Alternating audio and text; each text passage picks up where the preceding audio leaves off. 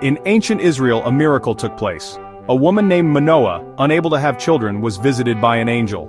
The angel brought incredible news. She would give birth to a son. This son, Samson, would be different.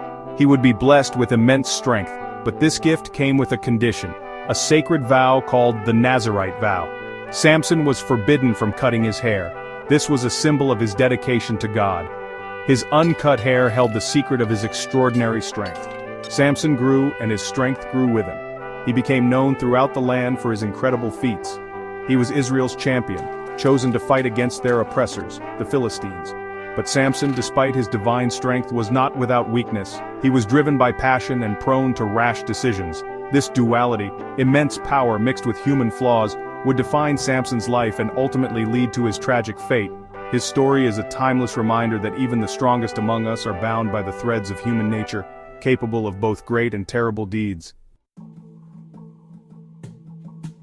Samson, driven by desire, fell in love with a Philistine woman. He wanted to marry her, much to the dismay of his people. The marriage was a dangerous gamble, a mixing of two worlds in constant conflict. At the wedding feast, Samson, known for his riddles, challenged the Philistine guests. He wagered 30 linen garments and 30 sets of clothes that they couldn't solve his riddle. The Philistines, cunning and desperate, threatened Samson's wife.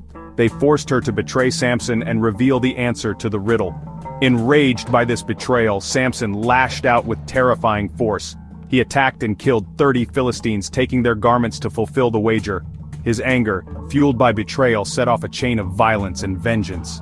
This cycle of revenge would define Samson's relationship with the Philistines, leading to even greater tragedy and ultimately his own destruction. The Philistines, seeking revenge for Samson's brutal attack, came to seize him.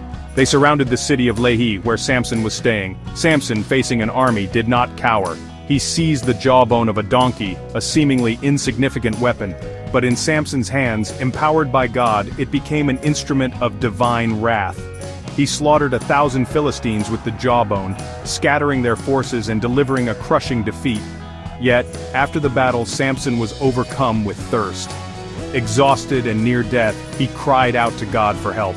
God, in his mercy, answered Samson's plea. He miraculously brought forth a spring of water from the jawbone, quenching Samson's thirst and saving his life. This event reaffirmed God's favor upon Samson despite his flaws. Samson, despite his strength, was vulnerable to the allure of love and the sting of betrayal.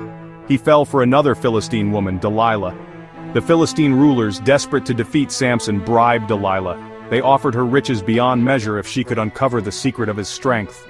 Delilah, driven by greed, agreed to betray Samson. She pestered him relentlessly, her love a cruel deception.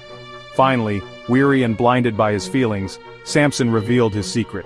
His strength resided in his uncut hair, a symbol of his covenant with God. With Samson's secret revealed, the Philistines moved swiftly. They captured him, shaved his head, and blinded him.